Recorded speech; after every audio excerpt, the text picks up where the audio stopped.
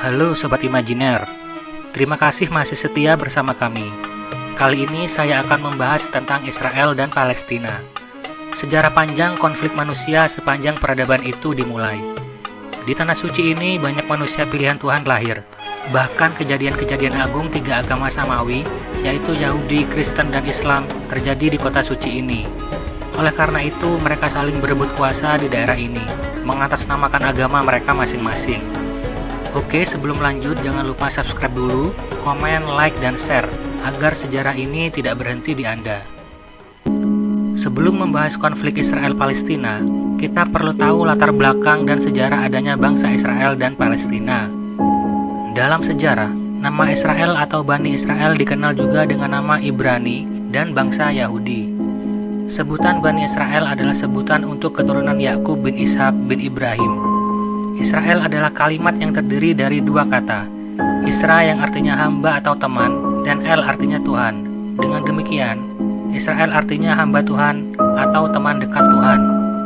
Kemudian dalam agama Kristen mereka disebut Ibrani karena dinisbatkan kepada Nabi Ibrahim alaihissalam. Terdapat di kitab Kejadian, Ibrahim alaihissalam disebut dengan nama Ibrahim sang Ibrani, atau maksudnya Ibrahim sang penyeberang, karena ia menyeberangi sungai Efrat dan sungai-sungai lainnya. Lalu Israel juga disebut Yahudi karena dinisbatkan kepada Yehuda, anak keempat Yakub alaihissalam, pemimpin bagi 11 anak Yakub alaihissalam lainnya.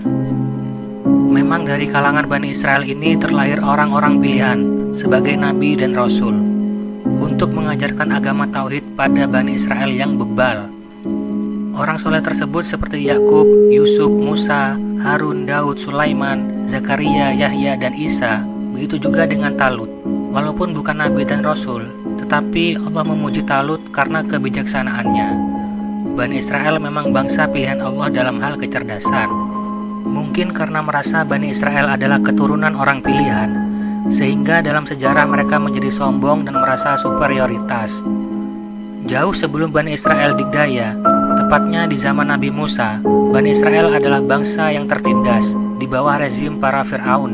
Lalu Nabi Musa membawa Bani Israel ke suatu daerah bernama Kanaan, yang sekarang menjadi Palestina atau Israel. Itulah awal mula Bani Israel menempati Palestina. Dalam mengenalkan Allah pada Bani Israel, diwahyukan kitab Taurat pada Nabi Musa.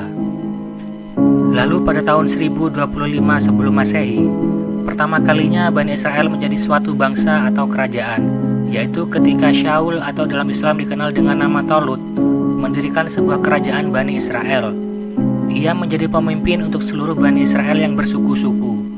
Dalam kepemimpinan Talut, banyak terjadi peperangan, seperti perang menaklukkan bangsa Amun di wilayah timur Yordania, peperangan melawan bangsa Filistin yang ketika itu dipimpin oleh Goliat. Al-Quran menyebutnya dengan Raja Jalut. Dalam pasukan Talut ini terdapat Nabi Daud muda yang waktu itu berhasil membunuh Jalut. Setelah Talut meninggal, diangkatlah Nabi Daud sebagai pemimpin kerajaan Israel. Pada masa pemerintahan Daud, dakwah Daud menyebar ke seluruh Palestina sebagai tanah yang diberkati. Sebagai Nabi Allah, Daud memiliki kitab yang disebut Kitab Zabur. Nabi Daud meninggal pada tahun 963 sebelum Masehi dan diteruskan oleh putranya yaitu Nabi Sulaiman alaihissalam. Nabi Sulaiman menikahi putri Fir'aun. Pada masa Nabi Sulaiman, Bani Israel mencapai puncak kejayaannya dan membangun bait suci yang besar yang diberi nama Baitul Maqdis. Setelah Nabi Sulaiman wafat tahun 923 sebelum Masehi, kerajaan Nabi Sulaiman tersebut terbelah menjadi dua kerajaan dan di antara keduanya saling bertikai, yaitu kerajaan Yehuza di sebelah selatan dengan ibu kotanya Yerusalem atau Al-Quds. Negara atau kerajaan ini dipimpin oleh Rehoboam bin Sulaiman. Dan kerajaan yang kedua bernama Israel, dengan ibu kota yang selalu berganti mulai dari Syakim, lalu Terzah, dan terakhir di Samirah. Pada tahun 722 sebelum Masehi, kerajaan Israel ini diserbu oleh Sargon II Raja Assyria. Dengan demikian, berakhirlah kerajaan Israel ini. Dan Raja Sargon II membuat kebijakan agar seluruh Bani Israel diasingkan di lembah sungai Yufrat. Begitu juga dengan kerajaan Yehuza, yang beribu kota Yerusalem atau Al-Quds. Pada tahun 606 sebelum Masehi, diserbu oleh Raja Nebukadnezar, dari Babilonia baru. Banyak penduduk yang terbunuh dalam serangan tersebut. Bangunan bait suci dihancurkan, dan rajanya saat itu Yahwakin bin Bawakim dan keluarganya diasingkan ke Babilonia. Sehingga berakhirlah semua kerajaan Bani Israel ini. Palestina dikuasai kerajaan Babilonia antara tahun 586 sampai 538 sebelum Masehi. Namun ketika Raja Persia Cyrus Agung merebut Babilonia, dia mengizinkan orang-orang Yahudi yang diasingkan untuk kembali ke Yerusalem dan membangun kembali bait suci Yahudi. Kekuasaan kerajaan Persia di Palestina adalah antara tahun 538 sampai 330 sebelum Masehi. Lalu kerajaan Yunani merebutnya dari Persia tahun 330 sampai 200 sebelum Masehi. Dinasti Seleukia di bawah Imperium Alexander Agung yang berkuasa sampai 167 sebelum Masehi. Dan terjadi pemberontakan Yahudi di bawah kaum Makabe antara tahun 167 sampai 63 sebelum Masehi. Dan datangnya Imperium Romawi pada tahun 63 sebelum Masehi sampai 638 Masehi. Pada masa Imperium Romawi berkuasa, terutama masa Kaisar Romawi Konstantinus Agung tahun 325 Masehi, Palestina umumnya sudah memeluk Kristen. Di Al-Quds, Yerusalem dibangun gereja makam suci sebagai gereja teragung. Di puncak Gunung Zaitun dibangun pula gereja langit. Dan di kota Bethlehem dibangun pula gereja kiamat. Adapun orang-orang Yahudi ketika itu terdesak dan menyebar ke negara-negara lain termasuk Eropa. Ketika Nabi Isa diutus di Palestina, orang Yahudi selalu berusaha membunuh Nabi Isa. Orang Yahudi atau Bani Israel mendustakan Nabi Isa dengan menuduhnya melakukan sihir. Itulah kenapa kaum Yahudi menyingkir ketika Palestina dikuasai Romawi yang sudah memeluk Kristen. Yahudi dikelompokkan menjadi 3 golongan besar, yaitu Ashkenazim, Sephardim, dan Syarkiyin. Ketiga kelompok ini masih ada hingga sekarang. Yang pertama, Ashkenazim adalah kelompok Yahudi yang disebut juga dengan Yahudi Khazar, yang berasal dari Yahudi keturunan Jerman. Mereka hidup di negara-negara yang berbahasa Jerman dan berkembang pada abad pertengahan, khususnya sejak abad 13 Masehi dan terus menyebar ke negeri-negeri timur dan barat. Mereka yang pada mulanya berbahasa Jerman menyisipi beberapa kosakata Ibrani dan bahasa asing lainnya, sehingga tercipta bahasa baru yang disebut dengan Viadis. Ashkenazim ini terdapat di Inggris, utara Prancis, serta sebagian wilayah Austria yang dihuni suku-suku Slavik. Yang kedua, Sephardim adalah orang-orang Yahudi yang berpindah ke semenanjung Iberia, Spanyol, bersamaan dengan masuknya Muslim tahun 711 Masehi ke Andalusia. Mereka menggunakan bahasa Spanyol sebagai bahasa sehari-hari, menggantikan bahasa Arab. Pada masa pemerintahan Islam di sana, orang-orang Yahudi berkembang pesat. Tetapi setelah pemerintahan Islam runtuh dan digantikan oleh pemerintahan Katolik, orang-orang Yahudi ikut tertekan. Tidak sedikit yang berpura-pura masuk Kristen, dan banyak juga yang bermigrasi ke wilayah utara Eropa, khususnya ke Jerman dan daerah dataran-dataran rendah lainnya. Mereka bergabung dan bersatu dengan sekte Yahudi Ashkenazim. Awalnya Sephardim dan Ashkenazim sering bertikai. Mereka merasa yang paling mulia. Namun karena tekanan Kristen Eropa sejak abad 16-18 Masehi, mereka bersatu dan kebanyakan dari mereka bermigrasi lagi ke Selanik di Yunani. Yang ketiga adalah Syarkiyin. Mereka adalah kelompok Yahudi yang terusir dan meninggalkan tanah Palestina. Mereka menyebar di Irak, Iran, Afghanistan, Delta Mesir Barat, dan utara Afrika, seperti Maroko dan sekitarnya. Mereka Yahudi yang menggunakan bahasa setempat di mana mereka berdomisili. Mereka disebut juga Yahudi Sephardim dan memiliki rabi sendiri. Dalam perkembangan sejarah, penggunaan istilah Yahudi Ashkenazim adalah Yahudi Barat dari Eropa dan Amerika yang pindah ke Palestina.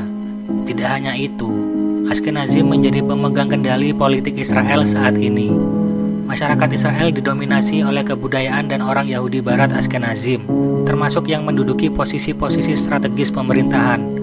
Itulah kenapa mereka selalu dibela oleh Amerika, Inggris, dan negara Eropa lainnya. Penguasaan Khilafah Islamiyah atas tanah Palestina dimulai pada masa Khalifah Umar bin Khattab. Wilayah Palestina yang sebelumnya berada di bawah kekuasaan Kekaisaran Bizantium atau Romawi Timur berhasil dikuasai oleh tentara Islam, yaitu pada tahun 638 Masehi. Palestina di bawah kekuasaan Islam saat itu berkembang menjadi sebuah wilayah yang multikultur. Umat Islam, Nasrani, dan Yahudi berdiam di wilayah Palestina pada masa itu, hidup berdampingan secara damai dan tertib. Sejak awal penaklukan wilayah Palestina, penguasa Islam tidak pernah memaksakan agamanya kepada penduduk setempat. Mereka tetap diperbolehkan menganut keyakinan lama dan diberi kebebasan beribadah.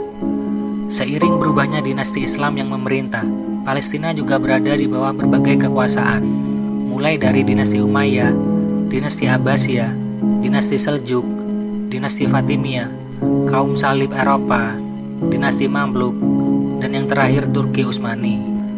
Dinasti Umayyah menguasai Palestina sejak tahun 661 sampai dengan 750 Masehi. Setelah jatuhnya dinasti Umayyah, penguasaan wilayah Palestina beralih ke tangan dinasti Abbasiyah yang mulai berkuasa tahun 750 Masehi. Ini merupakan awal pemerintahan dinasti Abbasiyah dari Baghdad di Palestina. Pada tahun 969 Masehi, dinasti Fatimiyah yang berkuasa di Afrika Utara, Mesir, dan Suriah berhasil menguasai wilayah Palestina. Dinasti Fatimiyah secara resmi mengumumkan bahwa mereka adalah khalifah tandingan dinasti Abbasiyah. Kemudian di tahun 1071 Masehi, penguasaan atas Yerusalem dan beberapa daerah Palestina beralih ke dinasti Seljuk. Dengan dikuasainya wilayah Palestina oleh dinasti Seljuk, maka Yerusalem kembali dalam pemerintahan dinasti Abbasiyah. Pada tahun 1095 Masehi, Perang Salib pertama kali dicetuskan oleh Paus Urbanus II dalam sidang konsil Slermon. Ia mengimbau negara Kristen membantu Kaisar Romawi Timur melawan orang Turki Seljuk dan untuk menguasai Yerusalem sebagai bagian dari kota suci umat Kristen. Hal tersebut disambut gembira seluruh lapisan masyarakat Eropa Barat. Palestina sempat berada di bawah Laskar Salib selama 2 abad. Namun pada tahun 1291 Masehi, kembali dikuasai dinasti Mamluk. Setelah lama dikuasai dinasti Mamluk, lalu Mamluk takluk pada dinasti Utsmaniyah, dan Palestina berada dalam naungan Utsmaniyah sangat lama, sejak tahun 1517 sampai dengan 1917. Lalu pada tahun 1917, Turki Utsmani kalah oleh Inggris dalam Perang Dunia ke-1, sehingga Palestina berada dalam jajahan Inggris. Sebenarnya pada tahun 1897, berdiri organisasi Zionis Dunia, yang agenda utama adalah pendirian negara bangsa Yahudi di tanah Palestina. Hal ini diprakarsai oleh Dr. C. Weizmann dan mendapat dukungan dari Inggris. Pada tahun 1922 Masehi, Liga Bangsa-Bangsa mempercayakan mandat atas Palestina kepada Britania Raya. Populasi wilayah ini pada saat itu secara dominan merupakan Arab Muslim, sedangkan pada wilayah perkotaan seperti Yerusalem secara dominan merupakan Yahudi. Terjadi migrasi besar-besaran sejak tahun 1919 sampai dengan 1929 Masehi. Secara keseluruhan terdapat 100.000 orang Yahudi ke Palestina. Meningkatnya gerakan Nazi pada tahun 1930 menyebabkan masuknya 1/4 juta orang Yahudi ke Palestina. Sebagai reaksi atas penolakan negara-negara di dunia yang menolak menerima pengungsi Yahudi yang melarikan diri dari Holocaust, dibentuklah gerakan bawah tanah yang dikenal sebagai Aliyah Bet, yang bertujuan untuk membawa orang-orang Yahudi ke Palestina.